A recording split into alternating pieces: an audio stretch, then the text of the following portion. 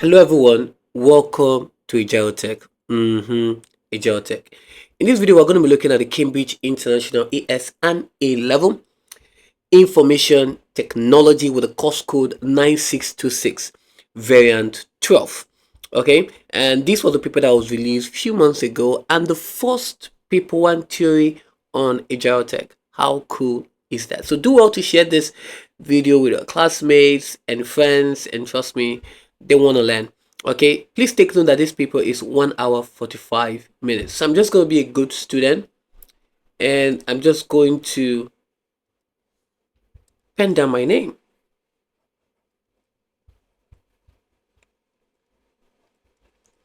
Ajiro Tech. I sure do have a candidate, a center number. Okay, this is actually not real. This is just generic in all my videos. And my candidate number is going to be 2023. Just being a good student. Okay, so I'm just going to scroll down and let's look at the instructions are very, very important. Okay, for example, use a black or dark blue pen. I'm using a black pen, so I'm following the instructions. Okay, so write your name, center number, candidate number, which is what I'm also doing. Okay, do not use an erasable pen or correction fluid, so please take note of that. Don't write on barcodes, and of course you may use HB pencils for any diagram, graph, or rough workings. Okay, paper one, calculators are not allowed in this paper, so do not bring it to the hall. And the total mark for this paper is 70 marks. All right, so I have question one. A company secretary is creating a new database of workers to record. So we have a company secretary that's creating a new database of workers to record. Now there are 6 digits ID numbers. So what is the company secretary looking for? There are 6-digit ID number, the date they joined the company, their rate of pay per hour, up to a maximum rate of $50 per hour. She has entered data from a source document into the database. Now, we'll talk about from a source document. That could be a text file, right? It could be CSV. Now, there was an error in record 3 and an error in record 4 in the source document. The secretary also made an error when copying record 1. Okay. There are all errors around. Okay, so let's go around. So this is the source document that she copied into the database, right? So we have this and now we have this. So there was error in record 3 and record 4, and she also made an error when copying record 1. Okay, so let's go ahead. They said, using this data, explain in details the need for verification and validation when entering data into database. Now this is something you're going to see in the need for verification and validation when entering data into a database. Now how many marks is this? This is 6 marks, so we're looking at 6 points. So let's go ahead. All right, let's go ahead. So here we have, okay, so let's look at verification. Okay, let's look at verification. That's the first thing I want to look at. Now, for verification, verification only checks the data is copied correctly. That's what it checks. Okay, so I'm just going to put that down. Verification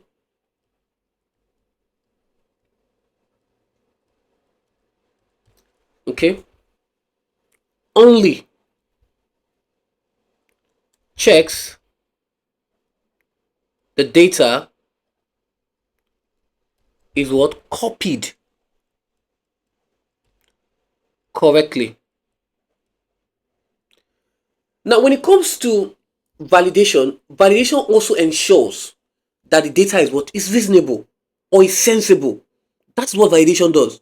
Okay, it doesn't check if data is copied correctly, but it checks if that data that has been entered is what is reasonable or is what sensible. So validation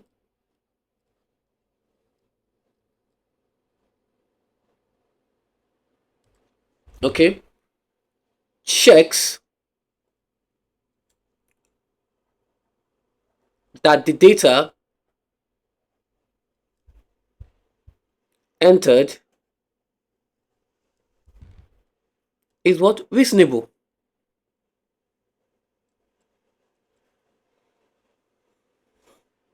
Now another thing we want to explain in detail the need for verification is, now, although probably the data was copied correctly, okay, there might be an error, okay, which could be picked up using validation check. Now, this is why we're looking at this data that said explain the need of verification and validation together, because there's sometimes that verification might be correct and validation might be wrong. What am I saying? If a validation has been given, we know the validation checks, right? We know the present checks, type check, format check. Okay, we know all these checks.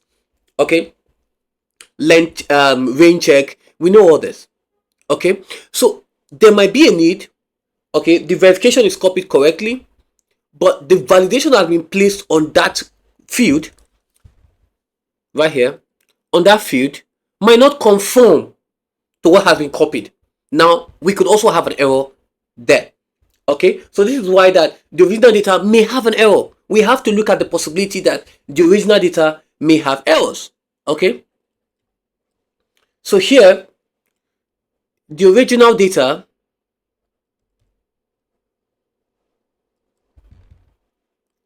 may have, okay, errors.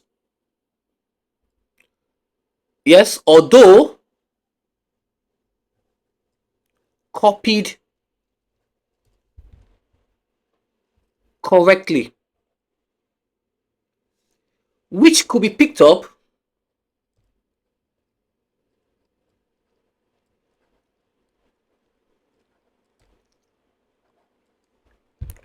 using what? Validation. Okay, yeah, validation checks. Now, let's also spin this another way. Okay, although the validations has been there, has been set, okay, the data they may have been copied incorrectly could be picked up by verification.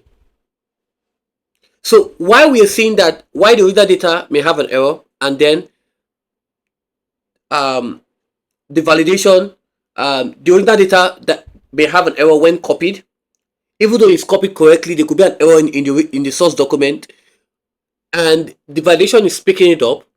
Another way around is, how about the validation that has been set, okay, could probably be an error. This happens all the time. Now, what do I mean? Now, let's say, for example, that we have the validations, right, that has been set. Okay, now the copy data, okay, that has been copied incorrectly, okay, which would have been picked up by using what? A verification. So it's possible. Remember, they said the secretary also made an error. So it's possible that while you've set the rules, okay, during the process of copying the source data, source document to the database, you might also what? Discover an error. So all this is something we also need to look at. Okay, so here we can see that the copy data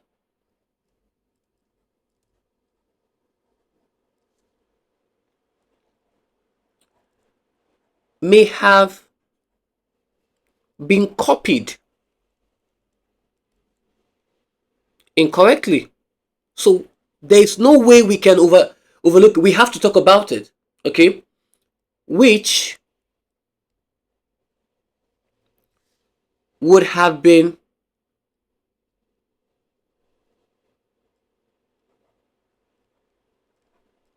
picked up by using what? Verification.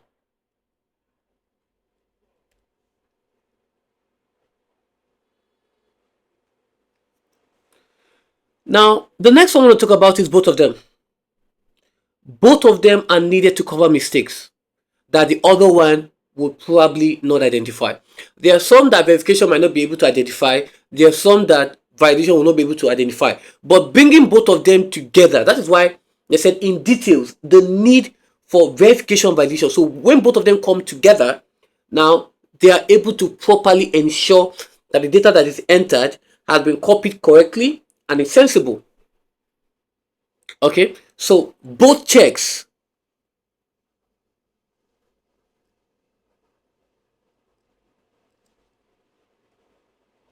are needed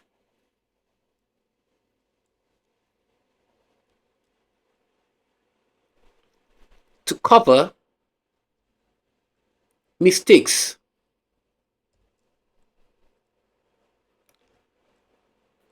that the other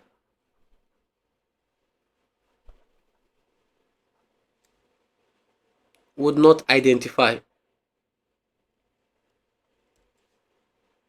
Okay, so how many? This is 1, 2, 3, 4, 5.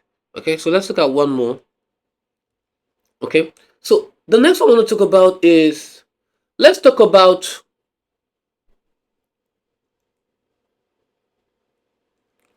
let's look at the checks. Now let's go back to the document and let's talk about, they said both errors were entered. There was error record 3 and error. So let's talk about record 4. What was the error in record 4? Okay, so here we have this, and there was an error record 3 and error in the source document. Okay, so in record 4, what happens? What kind of check? So there could be a validation check accepting only values, okay, equal to and below what? 50. Notice this. They said the maximum rate of $50 per hour, and in record 4 we have 56. So this simply means that we should have a range check. Okay, so there should be a range check in such a way that it should be from maybe $1 to $50. Okay, so anything that exceeding that becomes an abnormal data. It should cause an error. Okay, so in record 4 we could see that the range check, okay, on the rate of pay would have been accepted. We should only accept values between what, let's say 15 to 50, okay, or probably 10 to 50. Okay, and we can also see a kind of limit check, okay, accepting only values that are equal to and what, below what, 50. So all this is to properly ensure that we're able to what, identify what, the error. I don't know if this makes sense. Okay, so I'm just going to put that down. So here we have, we'll be specific in record 4. Okay, a range check which falls under validation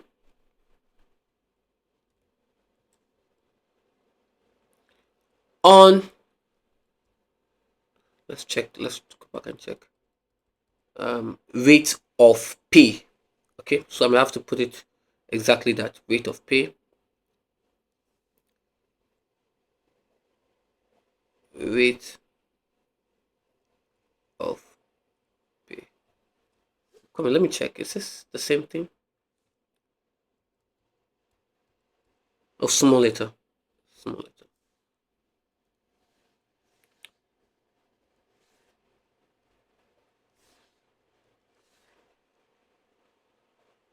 Okay, on the rate of pay, okay,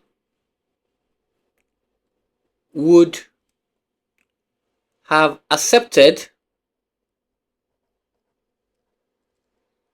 only values between, let me see,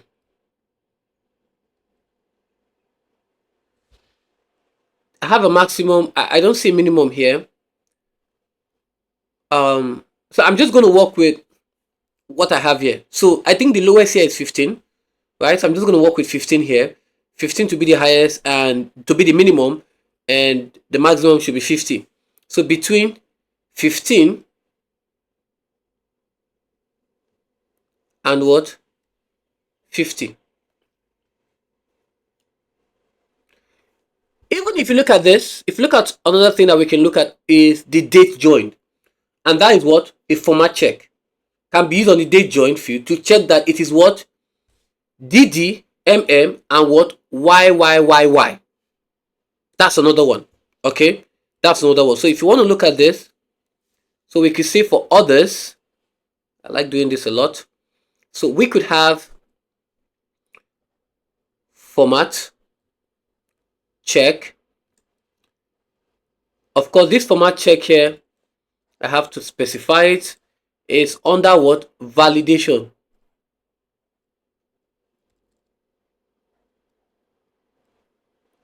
Can be used on what? Date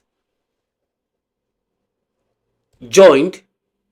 Can be used on date joined field. Comment, let me see. How date joined. It's important that when you're writing your points, you have to write it properly. The fields date, then there's an underscore here. Join field to check that it is what? DD slash MM slash YYY. Okay, so here we have the points here.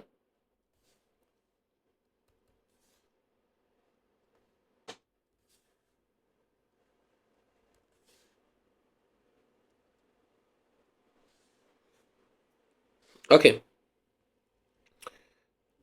It's important for me to explain this. Question 2. Mainframe computers are used in banking. Supercomputers are used in what? Climate research. Okay, so this is what you're going to see here in chapter 2 of the textbook, hardware and software. Okay, you see this this is going to be chapter 2, hardware and software. And if you're wondering where you see the question, you see right here. This is page 42, right? So for each question, I get to show you where you're going to see in the textbook. That has been our culture in Ajiro Tech. Explain what is meant by mainframe computers and by supercomputer with reference to the type of processing and the processors they each use. That's very interesting. So let's look at this. So let's start with the first thing. What's the mainframe computers? Okay, so here a mainframe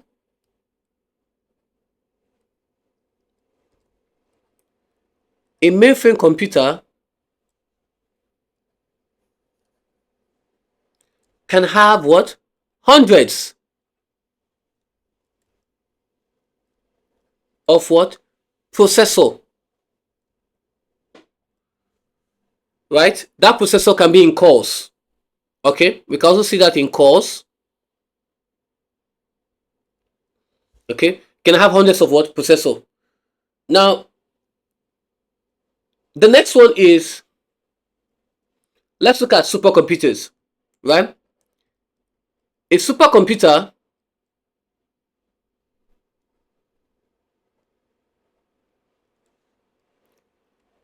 can have more than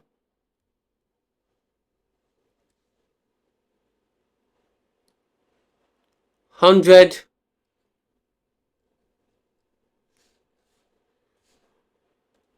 hope you know this is 100. Let me type it again. 100,000. Okay, processing can have more than this. Okay, so a mainframe computer can have hundreds of processing cores, hundreds of cores, can have hundreds of cores, which is also seen as processors, while a supercomputer can have more than hundreds of thousands, okay, of processing cores. Now, for mainframe,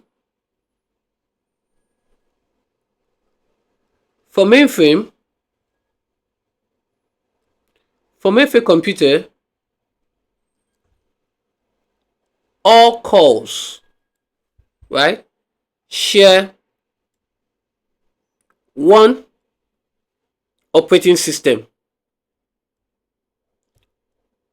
This is important. So for mainframe computer, all cores, which is the processor, share one operating system. Okay. Now for supercomputers, let's say explain what is meant by mainframe and by supercomputer with reference to the type of processing or processor. So whatever explanation we're giving based on the processing and the processors. Okay, so that is why I said they have hundreds of processors for mainframe, and supercomputer have more than hundreds of thousands.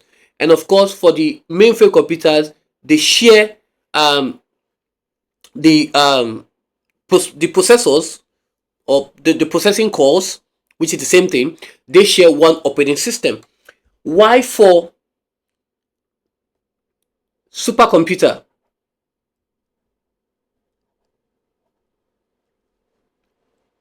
Okay, for supercomputers, the cores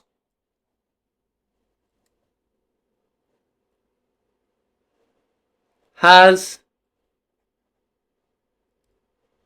their own operating system. Hope that makes sense. Okay, so here, why the mainframe, each of them, all the cores share one operating system. For supercomputer, each of the cores have their own operating system. Now, another one, of course, I've talked about more than 3 points, literally. But I'll just put this as others. Okay, and also this. Again, another thing I want to talk about is the fact that mainframe computers use parallel processing. Okay, mainframe computers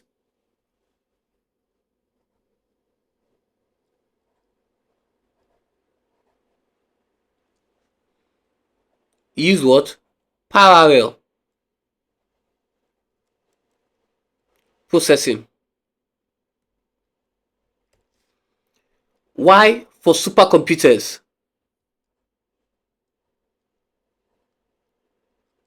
Okay, you use what? Massively. The keyword there is massively parallel what? Processing. And I hope you can see my handwriting very well. Okay, so it's important you know how to attempt those questions. Okay, also if you want to talk about them again for other points is for mainframe computers, they can process a large numbers of small tasks at the same time. That's mainframe computers. But also need to understand supercomputers have more than one GPU. Talking about graphic processing unit. So they can process large tasks. Okay, they can process large tasks. But for mainframe computers, they can put a large number of small tasks at the same time. Explain how supercomputers are used in climate change. And this is a formal question. So let's explain how it is used. So for climate, we'll talk about climate change. We're talking about weather. Okay, so how do we use it in climate what research? Okay, in climate research. Here we looked at it in banking and then climate research. How do we know it's going to rain today? How do we know it's not going to rain tomorrow? So how do we use it for climate research? So let's look at it. The first thing I can think of is the variables that are collected. When it's sunny, the variables are collected. When it's raining, the variables are collected. When it's cloudy, the variables are collected. So we have many variables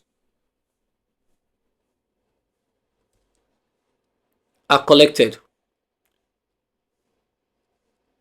Okay, so we have the types of variables what collected. The next one is complex calculations are being carried out. Okay, because there's some complex calculations are carried out to say, okay, if Monday or in this month, all Mondays it is sunny, all Tuesdays it is rainy, all Wednesday it is cloudy. I'm just giving an instance just to portray my point. Okay, so we can see that there are going to be complex calculations carried out.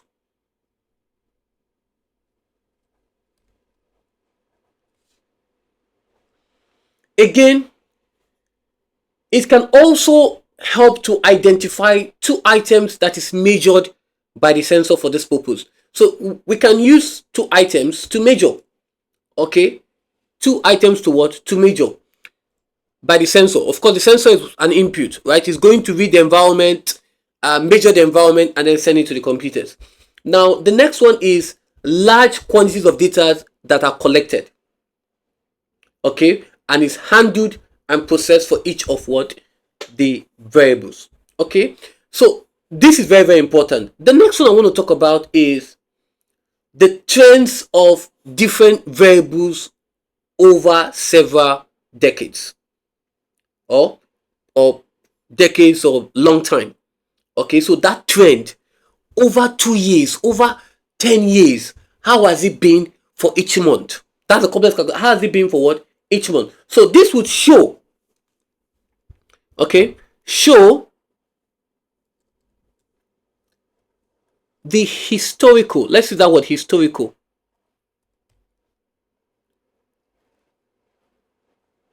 of different what? Variables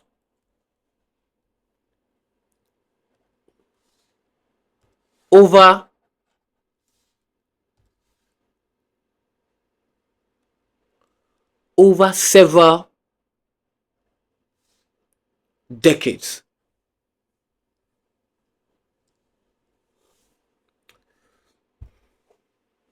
The next one is mathematical formulas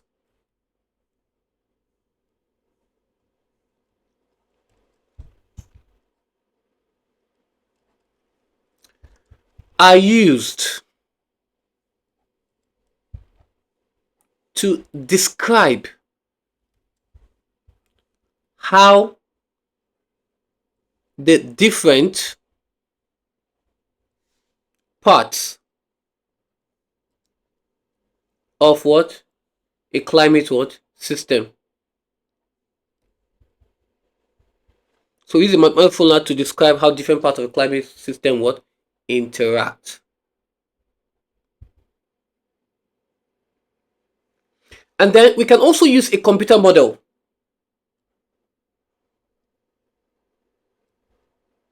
to model it. So the computer models here are used to describe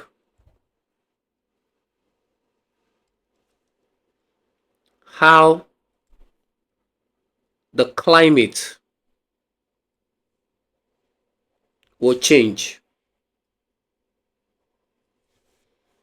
Okay.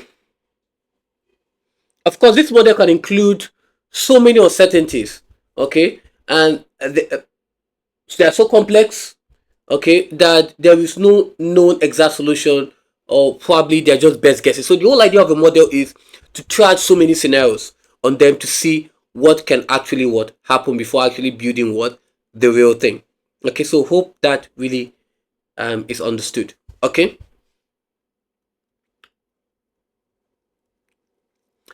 give brief description of the following types of user interface. Now you're going to see that in chapter 1. Okay, so under no, chapter 2. Yes, chapter 2, right? Hardware and software, user interfaces, right? In O level you see that in chapter 1. Okay, A level is chapter 2. Okay, so hardware and software you see under user interface. Okay, so let's talk about them. So give brief description of the following types of what? User interface. So I have the command line interface. Whether O level, A level, still the same thing. Okay, so again, this is interacting with the computer with the use of what? Commands. Okay, so use the first thing that we'll look at here is for the command line user interface. I have it here. So we have user types in instruction. Okay, types in instructions. So we're giving a brief description of the following types of what? User interface. How can we describe user interface?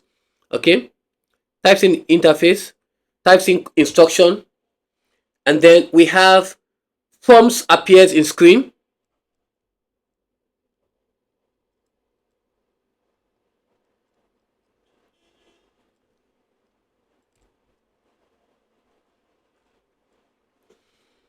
That's after you've typed in that instruction.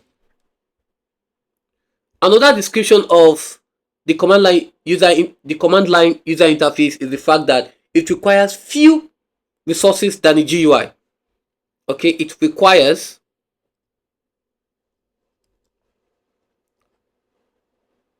fewer resources than what? The graphic user interface. And of course, for the command line, what are the certain devices you need? So requires the following devices: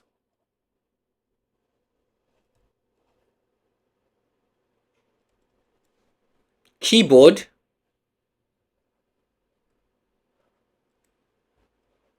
and of course the monitor screen.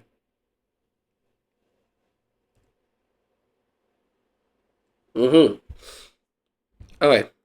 We have the gesture-based interface. Now, for the gesture-based interface, this is where you're able to use your hands, okay, or your body, right? Use your body parts to be able to interact with the computer. There is no need for any mechanical what devices. Hope that makes sense.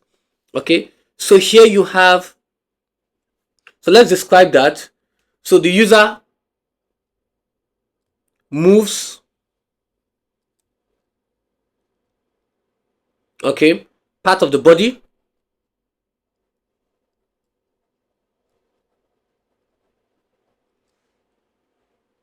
Okay.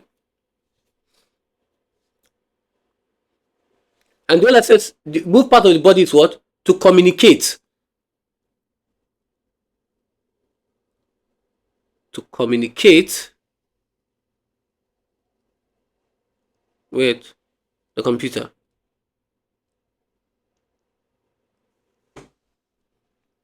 Okay. It requires now a camera, a sensor, okay, to what? Detect movement.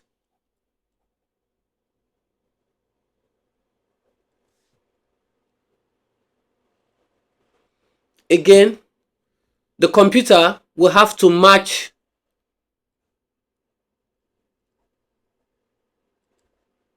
body movement. So if you're going to use your hands, it needs to store your hands, so that when you're using your hands to play the game, Harry Potter. Okay, I know you guys are gamers, right?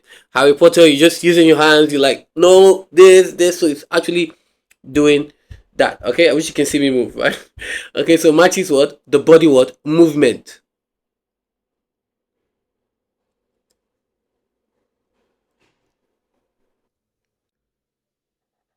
It has stored, okay, in a database. Okay. So let's look at those body parts. Okay, we can look at examples of those body parts.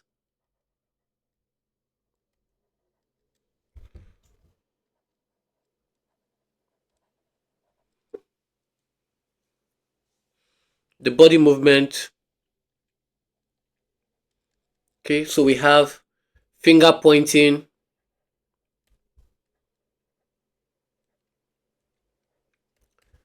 Okay, so we have hand waving.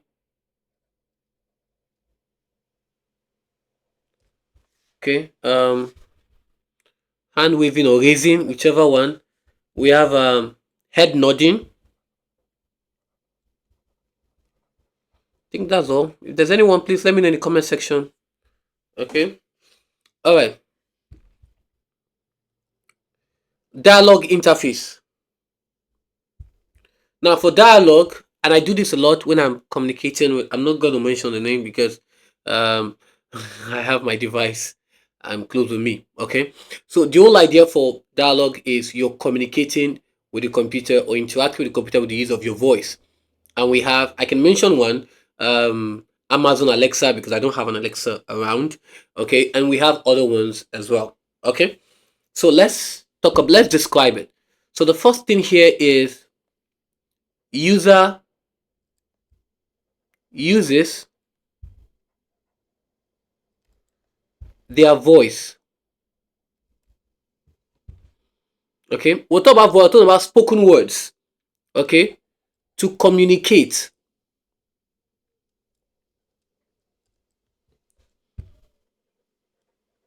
with the computer. Okay, so they use their voice to communicate, to give instruction to the computer. It's one thing I do a lot with my Apple device. Okay, Apple devices, I do that a lot because it helps me, especially when I'm out of reach with my device and I can just tell it to do some things for me. Okay, the next one is speech recognition. So we have the speech recognition, that's identifying your voice. Okay, speech recognition software is used to what? Recognize speech.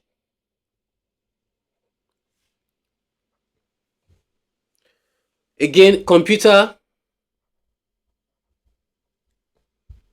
matches speech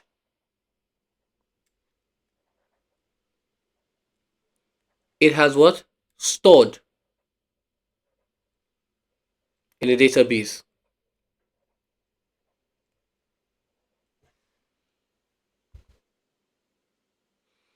And of course, what happens? That speech is what? Converted into what? Command. So take note, the speech is converted into what? Command. Let me know in the comment section, when you use your Apple devices, I think this is the most common, what kind of commands do you give your Apple devices to do? I can think of one, music, okay, sending messages on WhatsApp, on Discord. I do that a lot. Most of the time, I'm not the one typing. I get a message, it reads it for me, and I reply with my voice. Okay, so let me know in the comment section, what do you use for dialogue interface on your Apple devices? What kind of commands do you give with your voice for your phone? Just let me know in the comment section. Okay, so speech is converted into commands, and finally, it just requires what? Requires what? A microphone. And every device has what? An inbuilt what? Microphone. So again, all these are more than 2 points, but it's just for you to explain the concept of each of them. So you can talk about the speech is converted into command, requires microphone, and you still have your 2 marks. Okay.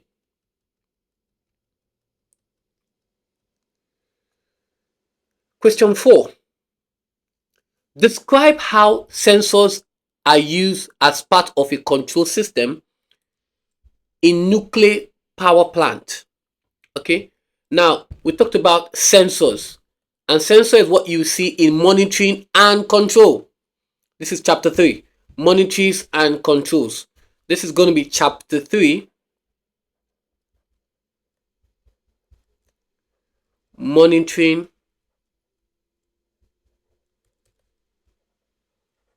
and what? Controls. Yeah, control. Yeah. All right, so let's talk about them. So that said, we're to use to describe how touch sensor, okay, touch sensor are used as part of what? Control system in nuclear plants. Okay, so let's talk about the touch sensor. Now, you're wondering, and I want to show you something. Let me show you something real quick here. Right here. So you can see the sensors that we're talking about. So we have different types of sensor, and one of them is the light sensor, temperature sensor, infrared switch, red switch. We have oxygen. So now we're talking about the touch sensor. Now what about is they are used for what? Measuring fluid level. Okay, measuring fluid level. I think one of them should be around here. Um,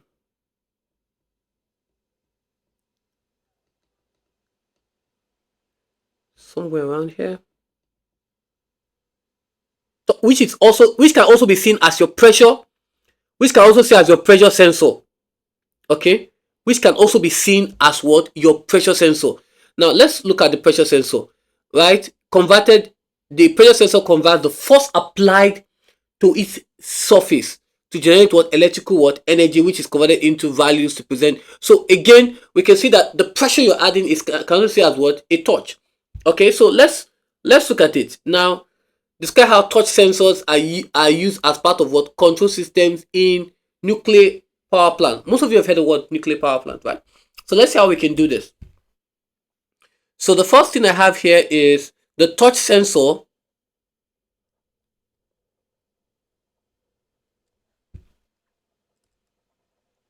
is used for measuring fluid what? Levels. The next one is those fluid levels are what? Right? Your cooling waters of the reactor. So they're used for measuring what? The fluid level, such as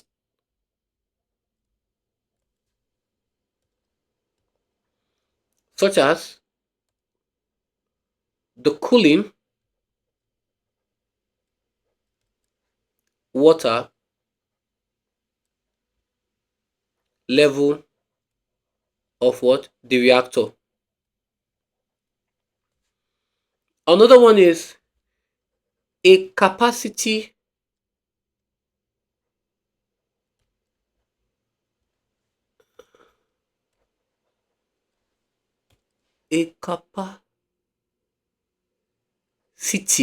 yes, that's the right one. A capacitive touch sensor measures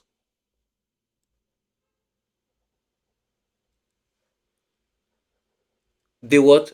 Capacitance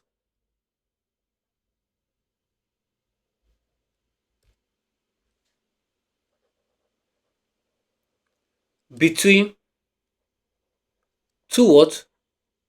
Conductors separated by what? And what? Insulated what? Plate. Insulating plate. So again, a capacity touch sensor measures what? The capacitance between two conductors that are separated by what? An insulating what? Plate. Okay. I think I have something. Do I have? I think I have one more. Um, one of the conductors will be the fluid. Okay, and of course the fluid level has to be measured. But again, it detects when the fluid is touching what? The conductor. It detects. Yes, this is the right spelling for it. Right? Detect when the fluid is touching the conductor. Okay. The big part. Describe how infrared sensors are used in what? In burglar alarm system. So we have the infrared right here. Okay. So again, we have pressure, temperature, humidity, sound, oxygen, okay, carbon dioxide, pH, or they're all the same. Then red switch. Okay, we also have temperature and then light. Light, don't forget. So the infrared Um, Again, what happens here is all body possesses thermal energy and therefore emits infrared radiation. The radiation is now converted into electrical signals as a result. These sensors are used in environmental what? Monitoring. For example, the Earth surface, which can be monitored by satellite. Now we want to see how we can use it for what? Burglar alarm. Okay, let's see how we can use it for burglar alarm. So let's do that. All right. So the first thing here is it is used to detect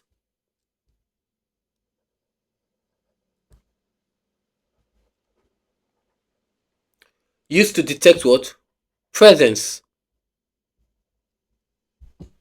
Okay, of what? Humans.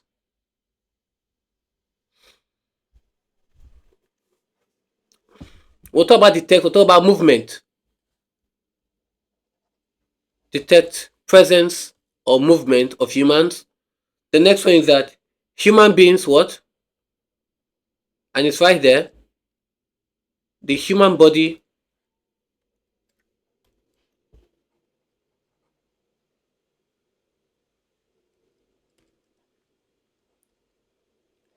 emits, what does it emit?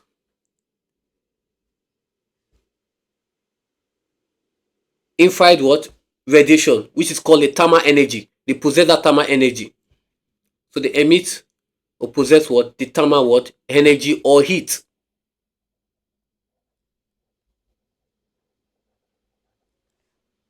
Okay. So by what? Detecting heat or what? Radiation.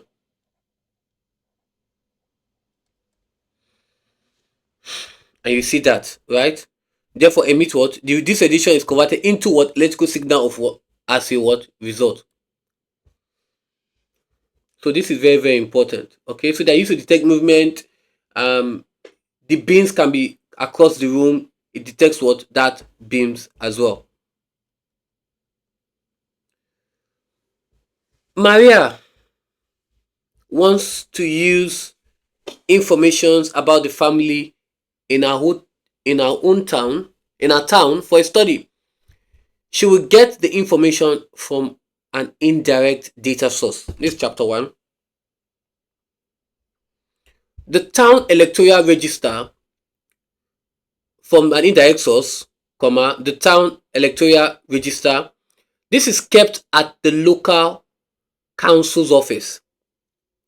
She has decided not to use a questionnaire, which is a direct data source, to gather the information she needs. Describe the stability of using the electoral register rather than what? Questionnaires. This is a very, very good one. And let's see how many marks this is. 5 marks. Now look at this.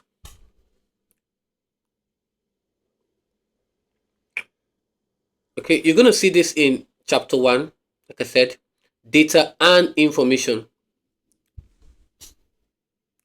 Now under data information, we're looking at checking the accuracy of data. Okay, checking the accuracy of data. Let's see.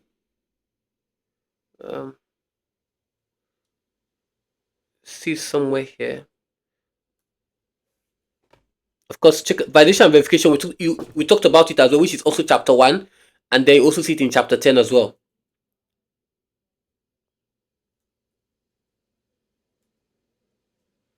So you can see the IDs here for the question 1 and the various checks.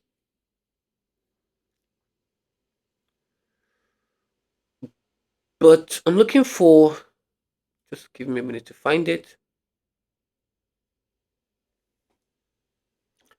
There we go. Right? Direct. Okay, look at it right here. Yes, direct and indirect data. So again, it's important for you to know that direct data are collected for a specific purpose or task and is used for that purpose only. Okay, indirect, they are obtained from third parties. Okay, that is why the questionnaires is direct. So you're getting it directly from the users themselves right here. Okay, the direct data sources are sources that provide data gatherers with original data. So we have the questionnaires, we have interviews, observation, okay, data logging. But for the use of for indirect data, okay, third parties, electoral register that is there in the question. We have businesses collecting data from third parties. So this is very, very important. So now let's go back to it. Okay, let's go back to it and let's look at it. So describe suitability of using electoral register rather than the questionnaire. So this is chapter 1. Okay, data and information. And this is what you see here in for direct and what? Direct and indirect data. Okay, so let's go ahead. So the first one is describe suitability of using electoral data rather than what? Questionnaires. So the electoral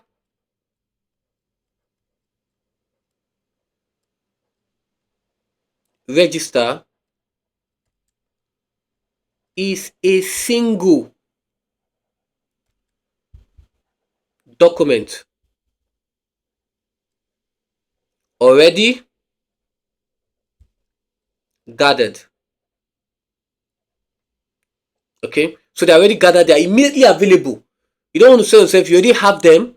Okay, because again, this is Maria that she wants to use this information about the families in her hometown for her study. So she doesn't want to use, okay, start gathering, going around. She wants to use what is already what? Available. Okay, so it's a single document, okay, that is what? Already what? Available. So they are already gathered and they're immediately available. Okay, again, we look at electoral register. Data is already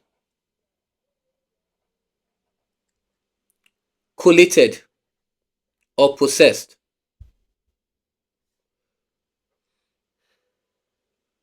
For questionnaires, the data from questionnaires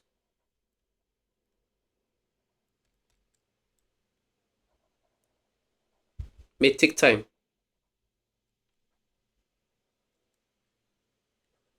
to what? Collate or what? Process.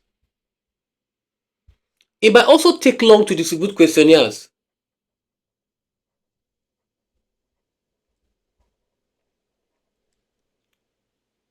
It take long to distribute, too long, if possible, to distribute what? Questionnaires.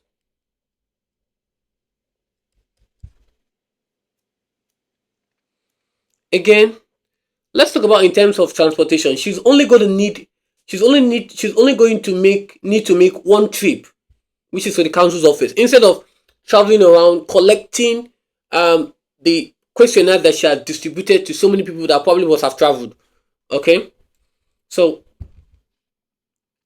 Maria will only need to make one trip to the council's office.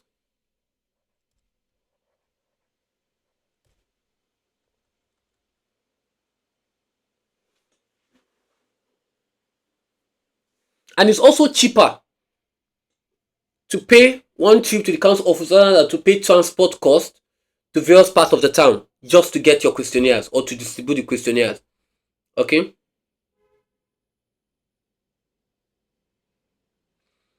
Again, another thing that we need to talk about is for electoral registers, it only lists family members older than voting age. who are allowed to vote. This does not include children. However, that could also be a disadvantage. So it's only going to list family members who are older. I think it's something I think we've exhausted our marks. So this is going to be, let me see, I think I've talked about more than 5. Yes, I have. So this is going to fall under others. I think I can put others here.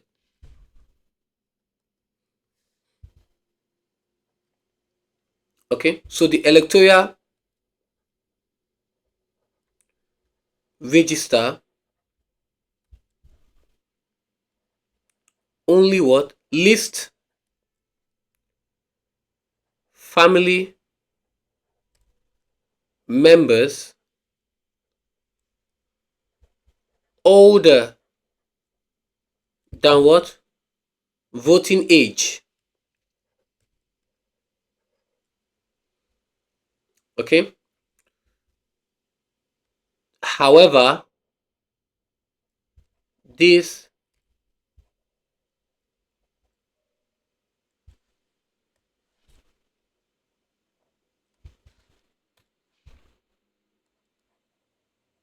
does not include children. Another one I'll talk about is questionnaires will gather information about the whole family.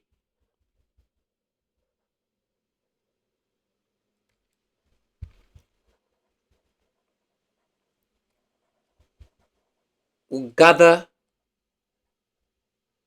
information about the whole family, including younger children.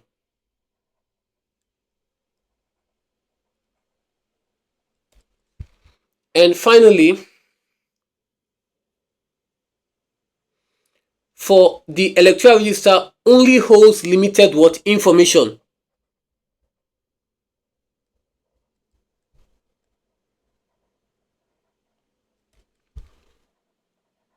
Only holds limited what? Information. Such as name, address, age, maybe gender.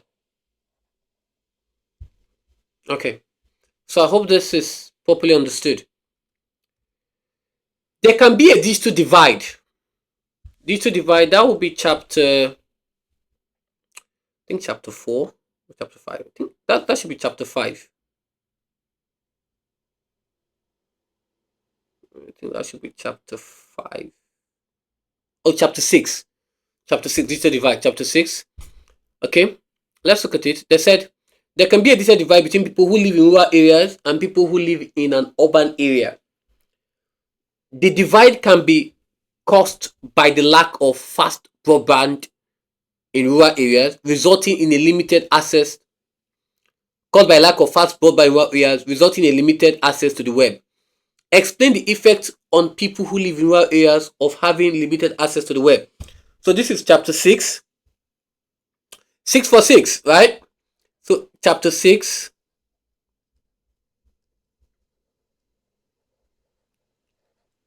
Digital divide.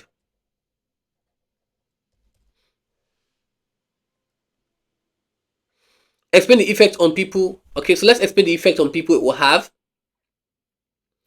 So let's look at who live in rural areas having limited access to the web. How many marks is this? Let's see how we're going to explain it. So the first one is, okay, so let's look at the general impact of this. Okay, people living in rural areas. Let's look at it. Okay, so the first thing I want to talk about is the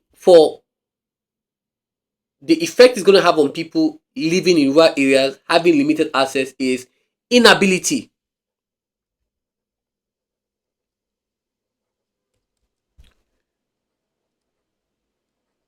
to find information due to what?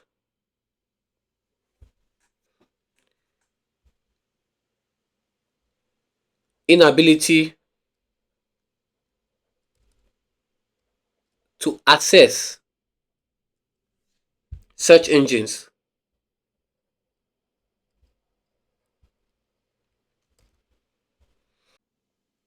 Task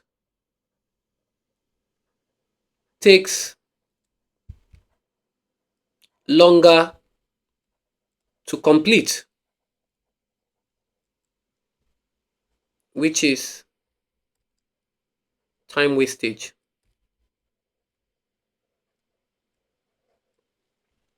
Which is time wastage. So we can now see that this is one effect it can have on people living in what? In rural areas. Okay. So we can now, let's talk about the areas. Let's talk about the areas. This is general. Okay. Let's talk about another one. Areas like impact on education. They said explain the effect on people. Those data divide has different areas. So let's talk about education. And then we'll talk about other areas, but not limiting to what that. So um, let's talk about areas. Okay, let's talk about the areas. Okay, including okay education. So for education, we have unable to what do wider research, right? Unable because of what limited access to the web. Unable to what to do wider research.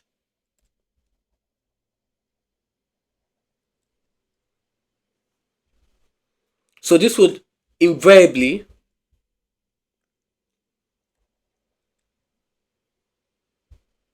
will lead to what lack of what understanding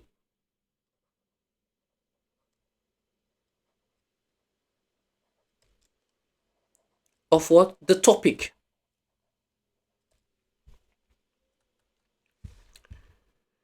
Another one is cannot access online learning resources.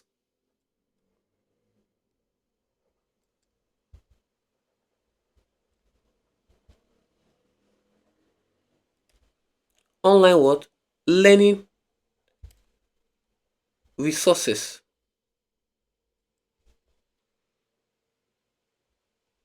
Okay.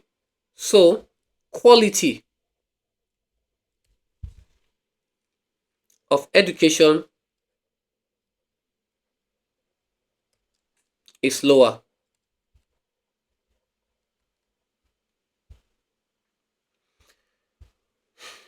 Another one is work remotely. Okay. Areas including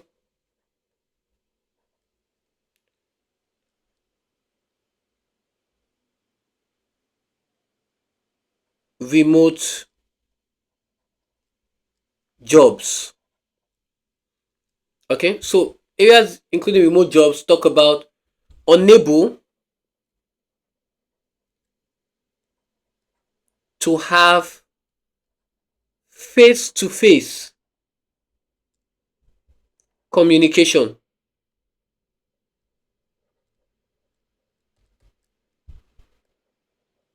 over the web. Okay, and that means you can't work remotely. Another one is healthcare. Inability to get on a waiting list as you cannot access what doctors' websites. You're not aware of the imminent health risk. Okay, because there's no you don't have access to any form of online news about what is happening. Even in the case of purchase, inability to be able to compare prices. So you just buy what you have around.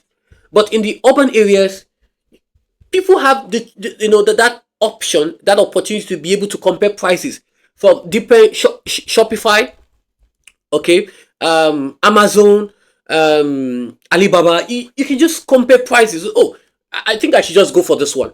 Okay, it's still the same thing. Reduce prices, reduce price, and because of the access to the web, you can be able to compare what prices. But because this is rural areas, you will have that inability to be able to do such. Okay. Also, inability to be able to check availability of products that probably you don't see around, that probably in the urban areas you can get it delivered to your house. Because of limited access to the web, you might not have access to do that.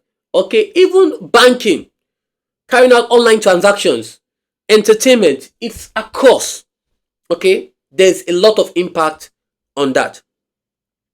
Describe ways to reduce, the B part talks about describe ways to reduce what? This digital divide. Let's describe ways. Okay, so the first one we'll talk about is deliver. And I think that is what Elon Musk is doing, satellite, so that it can be able to go to rural areas. So deliver access using what? Satellite technology.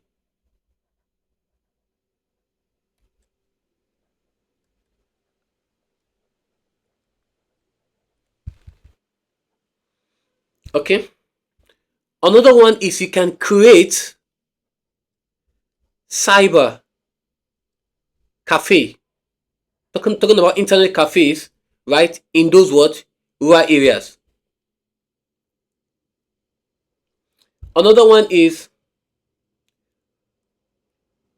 improve access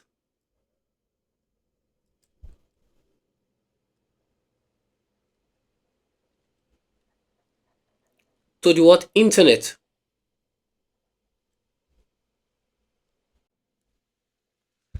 Alright, for others, we can have, you can build infrastructures. Okay. So the industry can provide what? The needed broadband what? Infrastructures. They can build it. Okay, they can build it. Okay. Government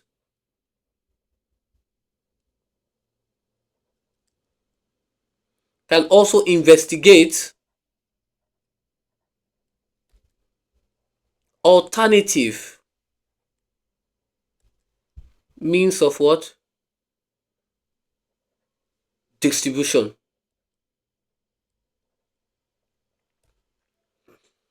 Question 7. Lucia, a teacher with limited IT knowledge, has created a simple database of her students. Database contains the names of her students and the result of their latest test. She prints out the name of the student who have passed the latest test by gaining a mark of 40 or more. When she created the database, she considered creating a dynamic parameter query to produce her printout. However, she decided to create a static parameter query. Explain why this was a good decision.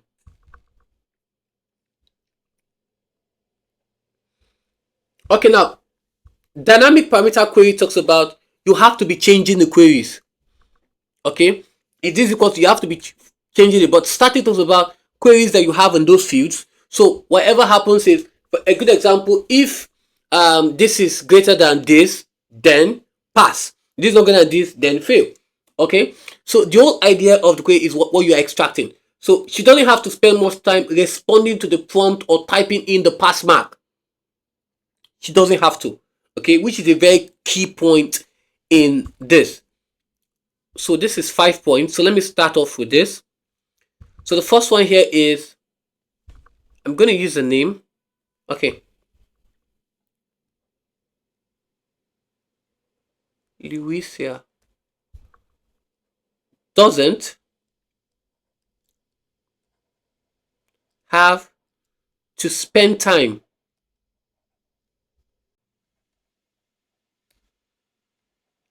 responding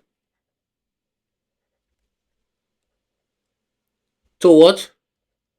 To the typing in the what? In the pass mark. Another one is Louisia would have been more likely to have made mistakes setting up what? Setting up what? This. A dynamic parameter query.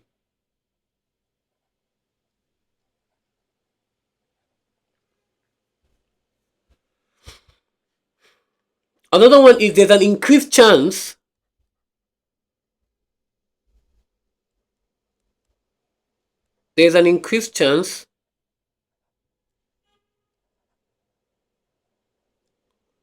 of what? Entering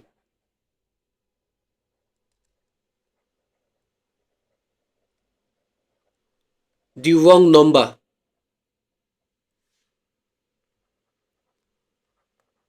as what? The pass mark.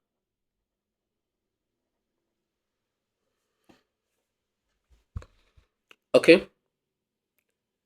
As she must what? As she must enter it every time. Alright, another one is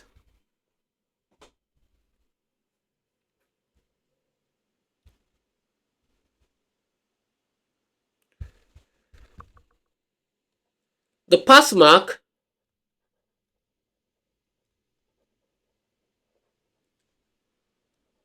is always the same.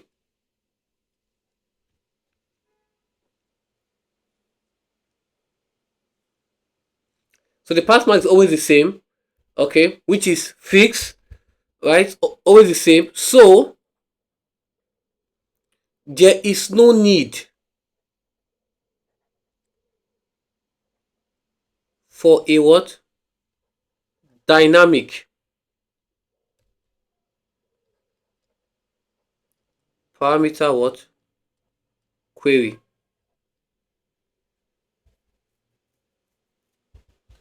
Okay, let's see. This is how many? 4. Okay. I think I'm running dry. Okay, okay, I can think of one. Louisia would need greater knowledge, greater technical knowledge to set up a dynamic parameter query. Okay, rather than setting up the static what? Parameter query. Now let's look at this. Okay, let's look at this, because the question now is, the question being asked here now is going to be this: what is even this parameter, dynamic parameter what? Query. So let's look at it.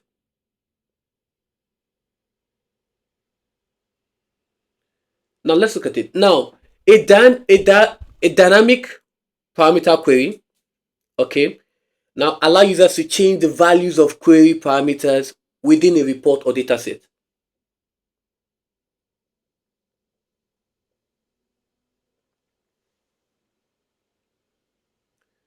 Okay, so it allows users to change. I'm just going to write it down. So it changes, right?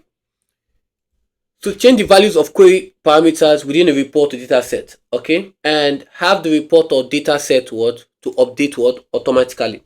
Now let's look at this. let's look at what it is, both of them. So a dynamic, so this will help you, a dynamic query, and you can see it here in chapter 10, database, somewhere around querying the database. Okay, you should be able to see here, right here, right? Static parameter queries and dynamic what? Parameters query. So this report we have just created are based upon static parameter query. This means that the parameter that the query uses, okay, has been set as a fixed value within the query. It can only be changed by recreating what? The query or editing its structure. Now, why for the dynamic, rather than creating a new query each time, changing the values within the query, okay, we can create a what? A dynamic what? Parameter query. As the query is run, it asks the user to enter a value or formula which is then used to select what? The appropriate what? Record, which takes a lot of time. Okay, so right here, under, look at it, under the criteria, right, under the criteria here, you're going to enter the discount rate for the search. Okay, so which is a lot. Now enter the discount rate for the search. Now this is what we call a dynamic what? Parameter what? Query. Okay, do you understand? So here, let me just explain it for you. So here we see that a dynamic query is what? Automatically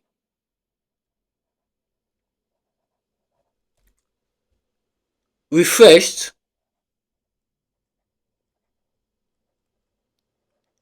each time it is used. Okay, so when you do a dynamic query, the program searches the database for what? Any new record meeting the criteria you specify. I'm just going to write that. So when you use a dynamic query, what happens? The program searches the database for any what? For any what? New record.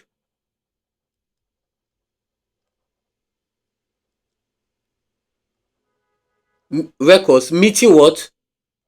The criteria.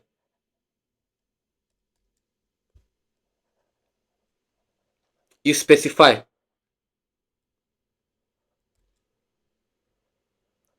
And adds them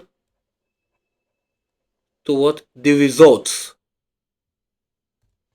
Okay, so you use dynamic query whenever you need the query to remain current. That's automatically what? Refresh. Okay, so this is very what? This is very important. So please take note of that. Okay, take note, extreme note of that. Let's look at the next one. Remember, query is just a way of asking questions of your database. Okay, so it's just a way of asking questions. With your query model, you can select, group, list records that meet certain conditions you want to define. Okay, so they perform two tasks for query. First is segment. It will segment your database on the criteria you have defined. Secondly, it will group the records for any quick word reference you want to do that. So let's look at the static query. Okay, so we have a static.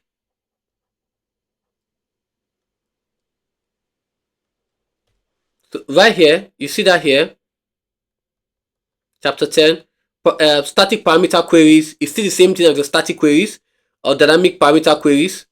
So a static query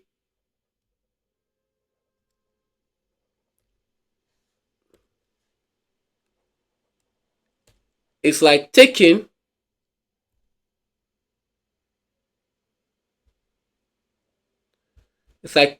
a snapshot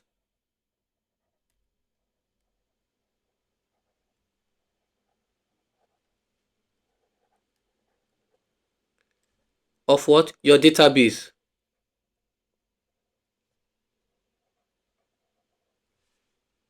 At the time the query is created.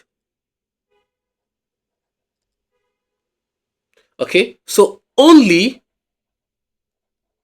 the records selected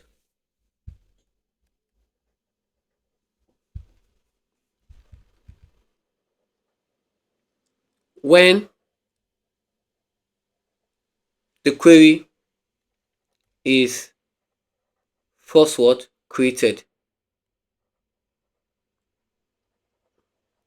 will be what included when the query is used in the program.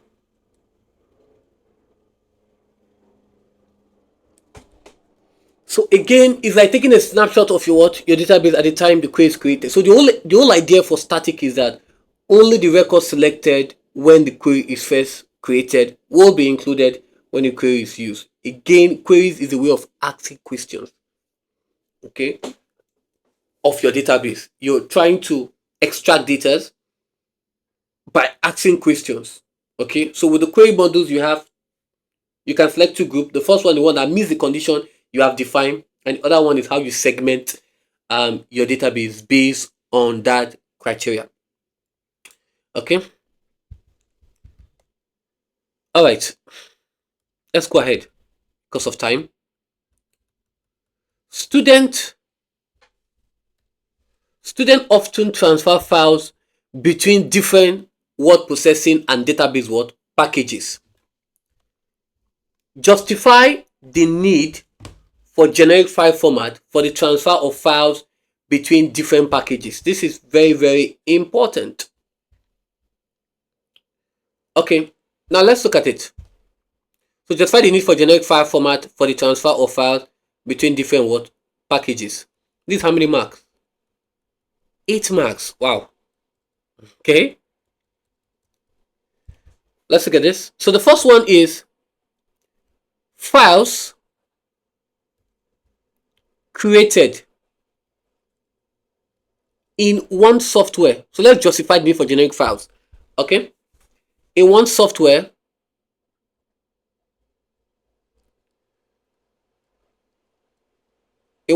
package are sometimes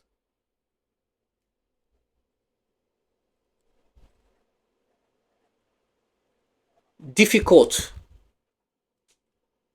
to use or what open in what other softwares. Now another one, except particularly if that package that those packages are what incompatible, okay, in one software, particularly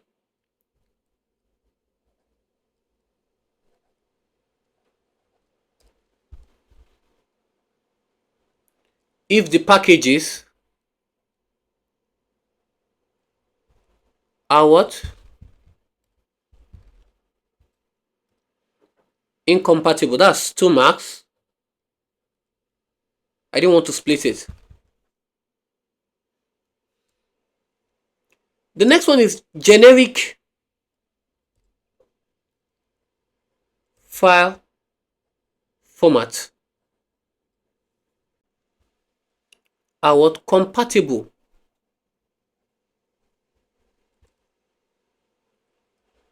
with different what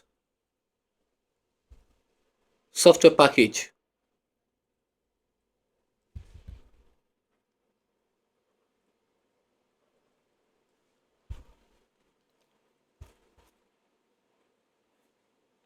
Now justify the need for a generic file for the transfer of files between different packages.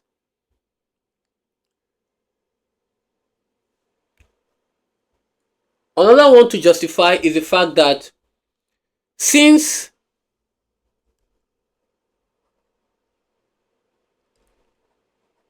generic file formats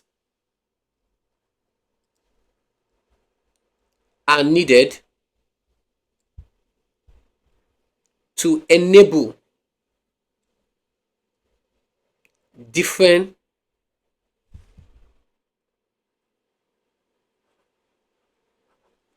operating system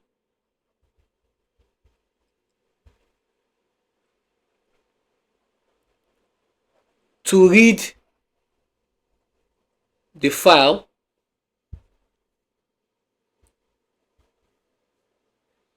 because the particular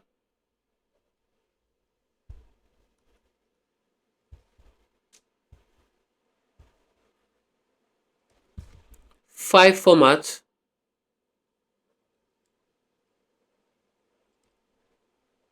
will not operate on that what operating system. Hope this is understood. Now, we need the generic files to enable different operating systems to read the file, because the whole idea is that if I create the file in Word, I might need to open that file in Excel.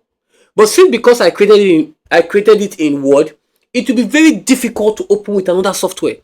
And this is why the generic file is very, very important, because it enables what compatibility with what different what software. And also it helps when it also helps when we are transferring a file to a different what computer. Although when we are transferring a file to a different computer, it might not load properly. It might not load properly. Again, let's look at the examples. Let's look at the examples.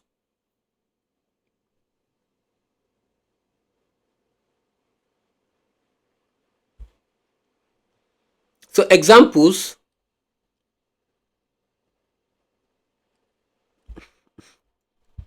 Okay, so examples. Okay, so examples here we have database files, because we'll talk about what an database. So database files should be saved. Okay, let's use the right word. Exported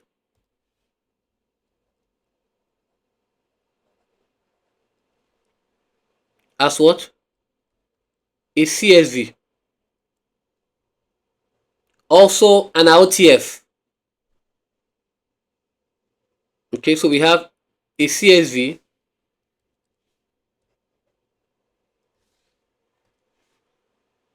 comma, dot RTF. Again, word processing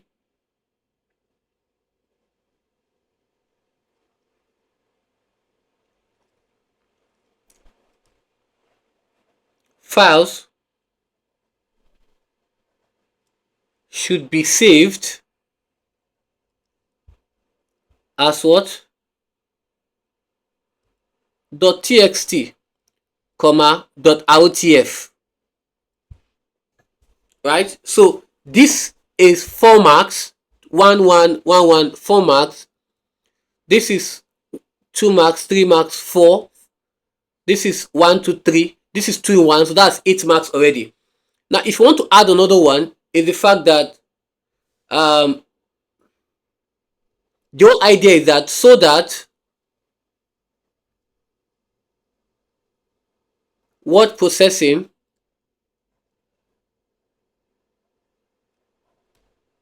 software can understand it. For database also, so that the database software can also understand it. So these are also points that you can include here. All right, we are almost done. Question 9. Skujida, a mathematics student, has defined a procedure using pseudocode. Okay, it calculates. This is chapter 4. Seen pseudocode already.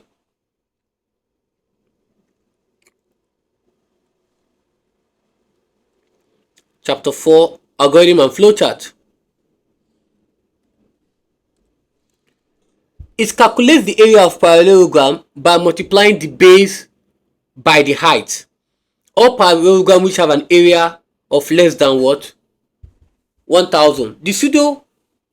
The procedure Soje has written is procedure, parallelogram, base, and then height. Area is what? This is being saved to area, the variable here, base times height, and procedure. He has also begun writing an algorithm which calls the procedure and then passes back the area. Now I have a video on algorithm and flowchart, so please look at the video for proper understanding. Okay, so he has also begun writing an algorithm which calls the procedure and then passes back the area. Okay, the main algorithm accepts input of the base and the height of 10 parallelogram. One at a time, it will output the area of the largest and smallest what? Parallelogram. Complete the algorithm for Sujida, okay, by filling the missing lines.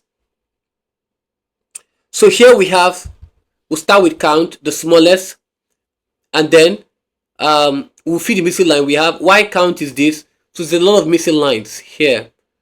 Okay, this is 8 marks, so let's see what we can do. So copy the algorithm. So we have count is 0. Then we have the smallest to be what? 1000. Then we're going to start again with what? Largest. If the smallest is 1000, the largest is going to be what? 0. Y count is less than 10. Input the base and height. Okay, input the base and height. So the next one is call. Okay, so we have call, we have the parallelogram, which is the base and height. So we can call the parallelogram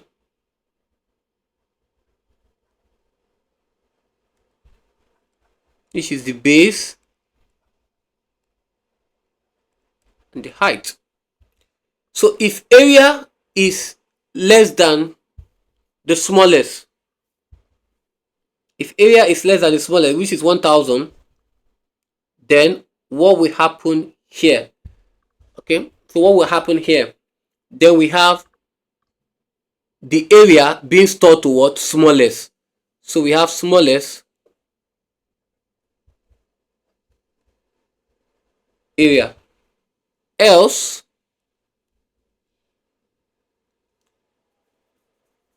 okay, so the whole idea of the else is appears here even if the then is not completed or is wrong. Okay, so we have else if, that should be in the same indentation, if area, now is if the area is less than smallest, then area is going to be stored in smallest. But if the area is greater, right, than the largest, remember we'll talk about largest. So if it's greater than the largest, okay, what happens? Then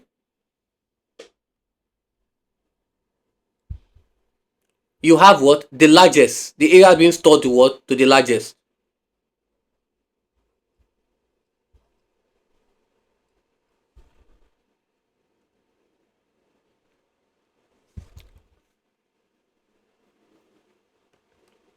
Okay. All right. Then you have your what? Your end if. Okay, you have your end if. Okay, so you have what? Your end if. So we have what? The largest of what? Area. And then you have what? Your end if. Remember, the if and end if must be indented what? Correctly. It is very, very important. It must be indented what? Correctly. So this is why it is important. While you're doing this, it must be where they are. So you have, when your if has to be what? There. Let me see. We have if then. Okay, so we have else. Okay, let me do this. No, it's not indented properly.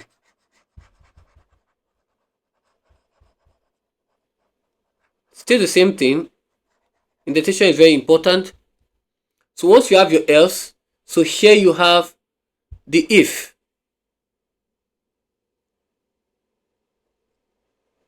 Okay, so if area is greater than what? The largest. Okay, so you have then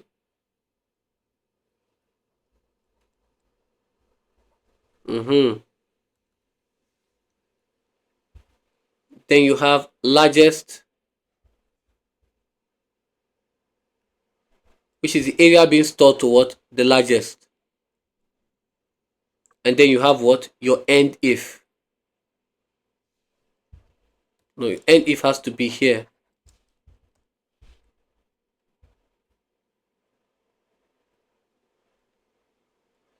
Because this end if is ending this one. Do you understand? That's why this end if is ending this one, and this end if is ending this one. So if the area is less than the smallest, then area is going to be stored in smallest. Else, if area is greater than the largest, okay, then area is going to be stored here. Then we have to end this if and then end this if. Okay, so the next one is, what do we now do? We are going to count.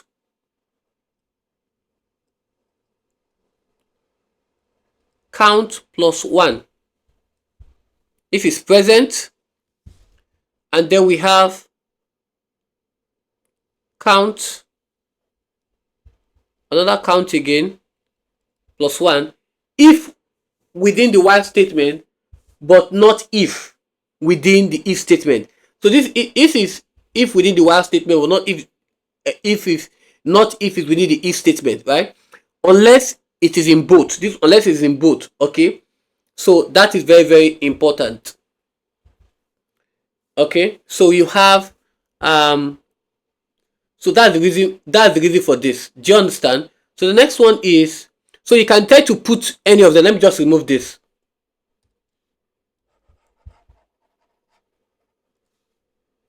So the next one is end y.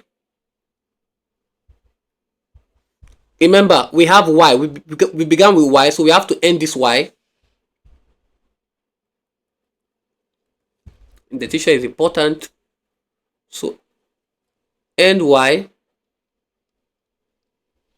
Then you have what? Print. Okay, print or output, whichever one. Smallest. Okay, and then largest. Print smallest, print largest, whichever one. Okay, all right.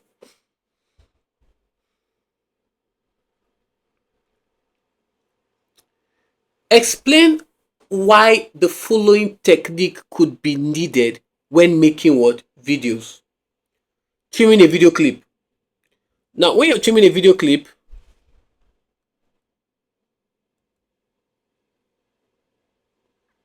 this is chapter 11 under video editing. When you're trimming a video clip, right, you're removing, and I do this a lot when I'm using Adobe Premiere Pro, using CapCut, Windows Movie Maker. Okay, but my best is the Adobe Premiere Pro CSS. That's what I use for my video editing. Okay, so again, trimming a video, they said explain why the following technique could be needed when making videos. So trimming a video what? Clip. The only essence why it is needed is to remove unwanted or what? Unnecessary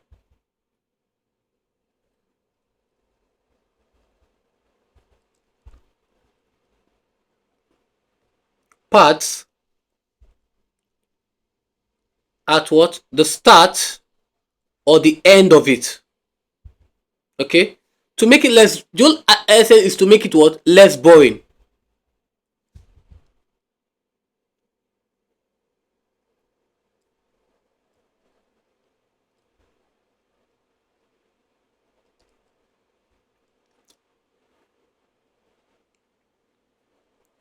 The next one is to what? Shorten. To shorten the length because it is too long.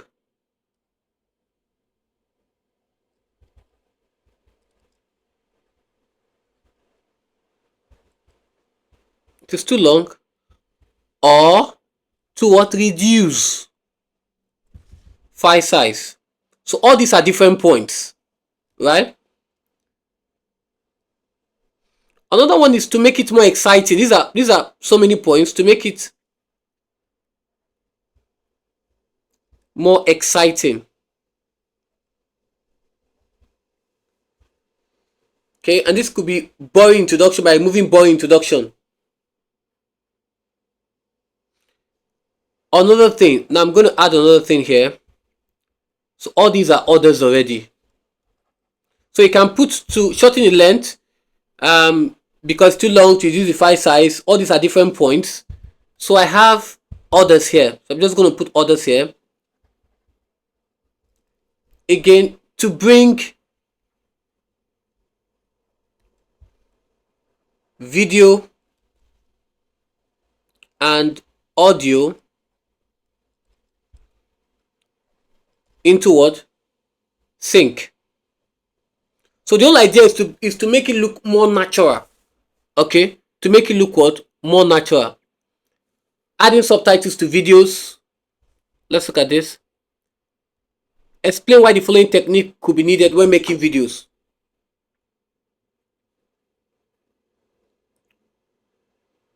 So adding subtitles to videos. So let's look at this.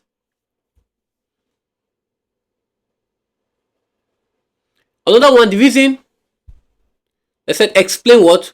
Why the following technique could be needed when making videos. Why do we add subtitles to a video? Now, people watching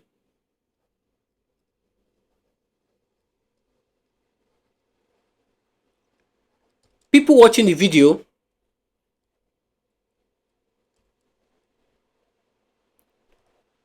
might speak a different language. Especially when I'm watching Korean movies. I know. I love Korean movies, right? Okay, might speak a different language or accent. Okay, so subtitle.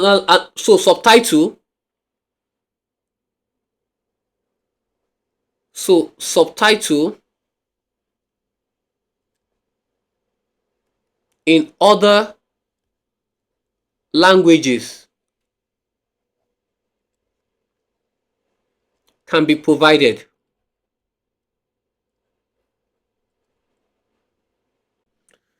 There may be a lot of viewers of a video may have hearing difficulties. We have to also look that in. Viewers of a video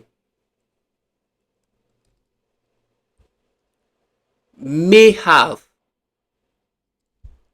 hearing difficulties.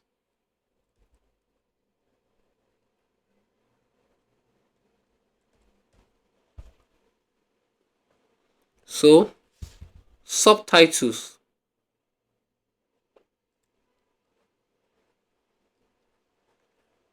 help them understand what is being said.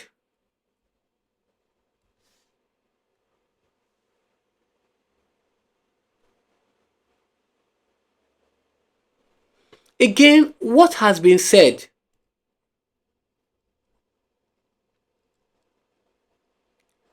What has been said is shown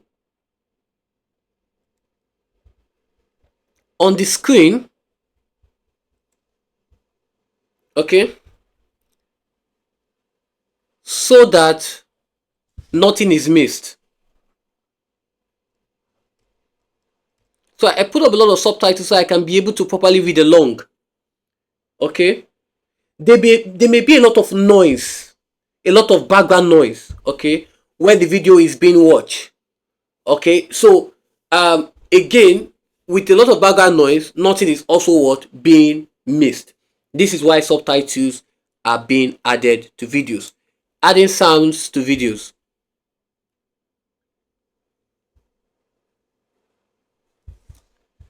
So let's look at it. To add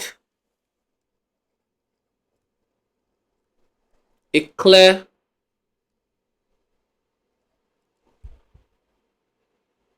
soundtrack without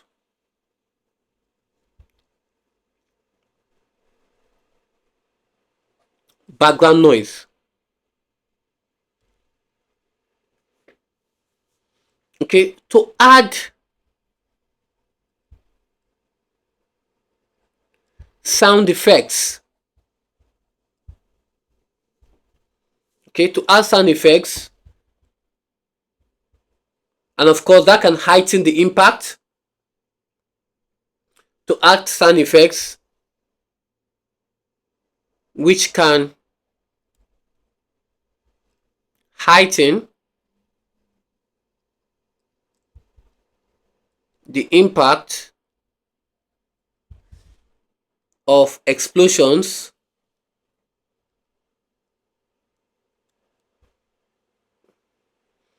okay, or speeding of car, right? Again, to add authenticity.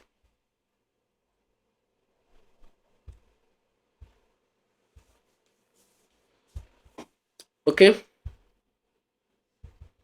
Another one is to grab audience attention. To grab the audience attention.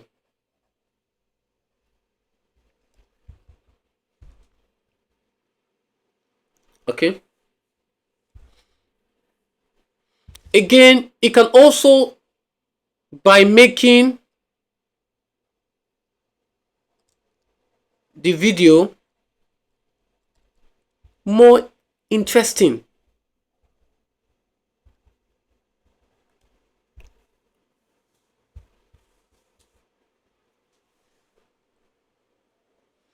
Now, literary art can also see this as to invoke an emotional response from the viewer.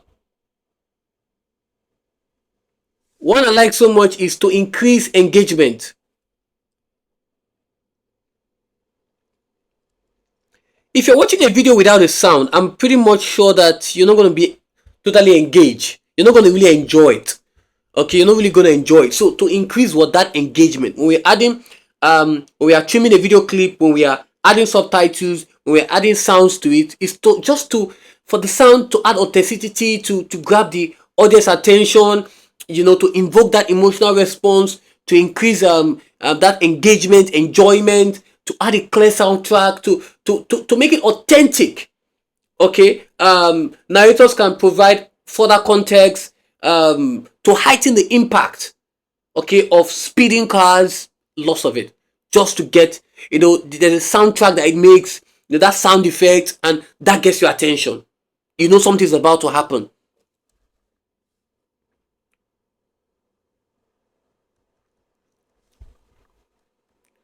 When data is sent across, so that's chapter 11 rather. So that's what we did now is chapter 11.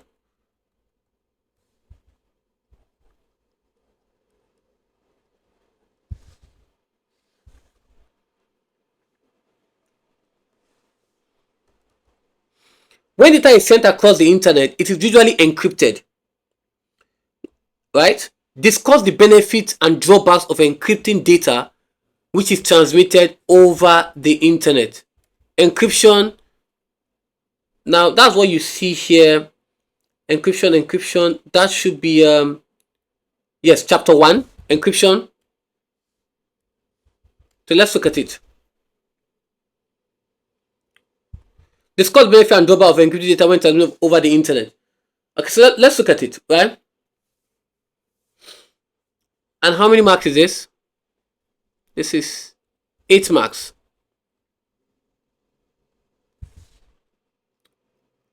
So let's look at the benefit. So 4, 4, 5, 3. Okay, let's get it, right? So the first one is it keeps personal data secured.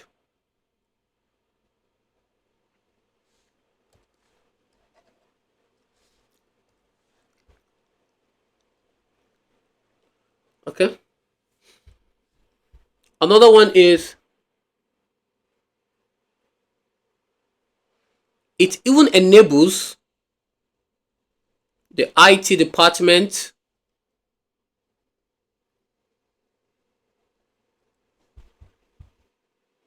to comply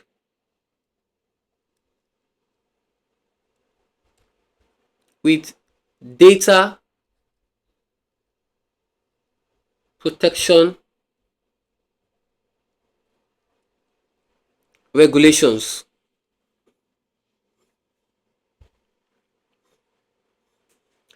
Also for third parties,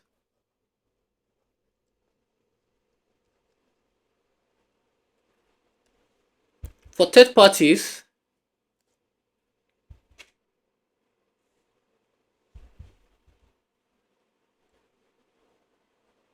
who don't have a decryption key, so they can't have access to it, right?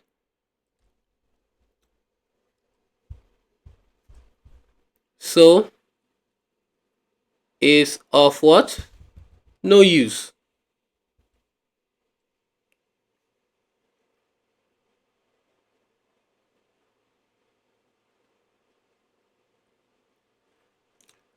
So again, when data is sent across the internet, it is encrypted, so it's what? It's meaningless. It's meaningless. Now let's look at examples. Examples of some of the things that is being encrypted. Examples of items of data, okay, that could be protected, right?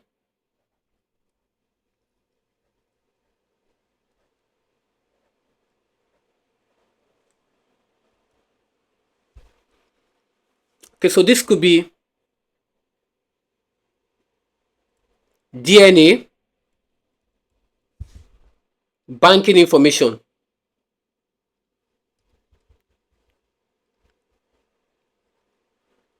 So let's look at the drawbacks.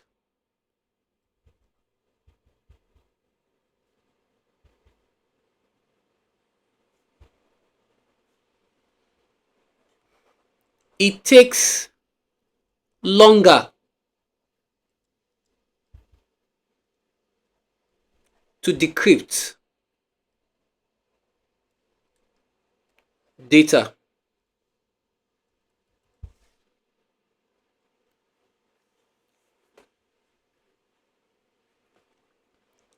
It takes longer to transmit encrypted data.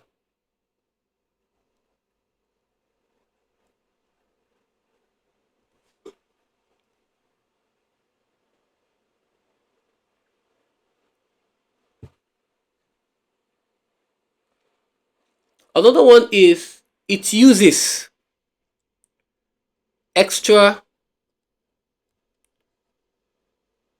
storage space for the client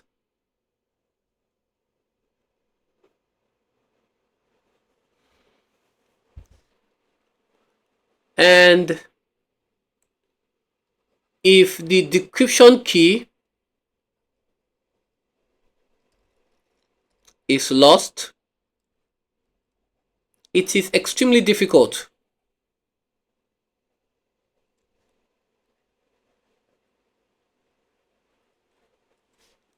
to recover the data, and the data may be lost permanently. Or data can be recovered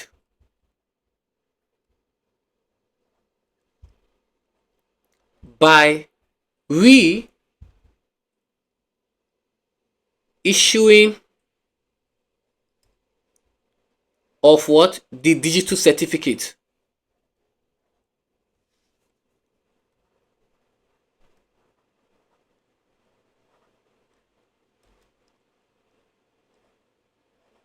But takes time.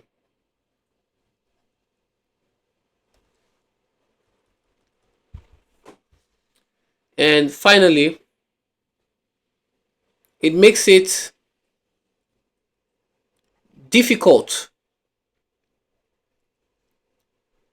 for authorities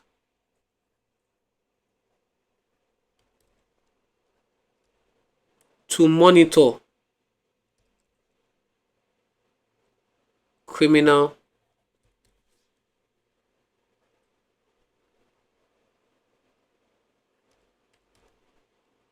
activities. Okay.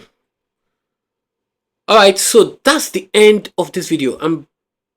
I know it's long, but I just had to just explain everything to ensure that um, ranging to float out an algorithm, explain why the following technique could need them when we are making videos, knowing how to do the pseudocode was given how to do the to write the step-by-step algorithm, and also we also looked at digital divide, how to also use transfer files between Word document using generic files, okay, to actually do that.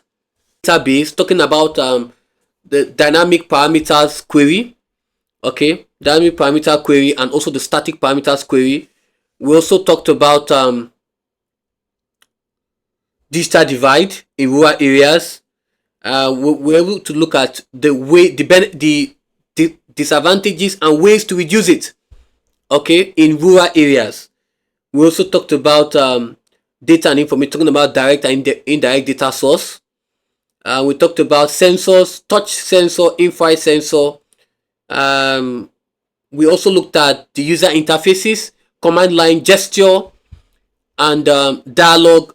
Graphic user interface was not in this question. Also in this question, we looked at the mainframe and supercomputers. And finally, we also looked at database. And we're more specific by using verification and validation, which is what you see in chapter 1 of your textbook, and also chapter 10 as well. So thank you very much, and I'll see you in my next video. I want to talk about a very important YouTube channel called Ajiro Tech. Trust me, this YouTube channel is a giveaway. It's loaded with IGCSE, ICT, O level, AS, and A level. So trust me, is a giveaway. This channel is helpful for your group studies, your personal studies, and it has a proven track record of producing excellent results. So do me a favor, click on the subscribe button, okay, and share this YouTube channel with your friend. Trust me, that will be the best gift that you're giving to them. Thank you very much, and I'll see you in my next video. Bye bye.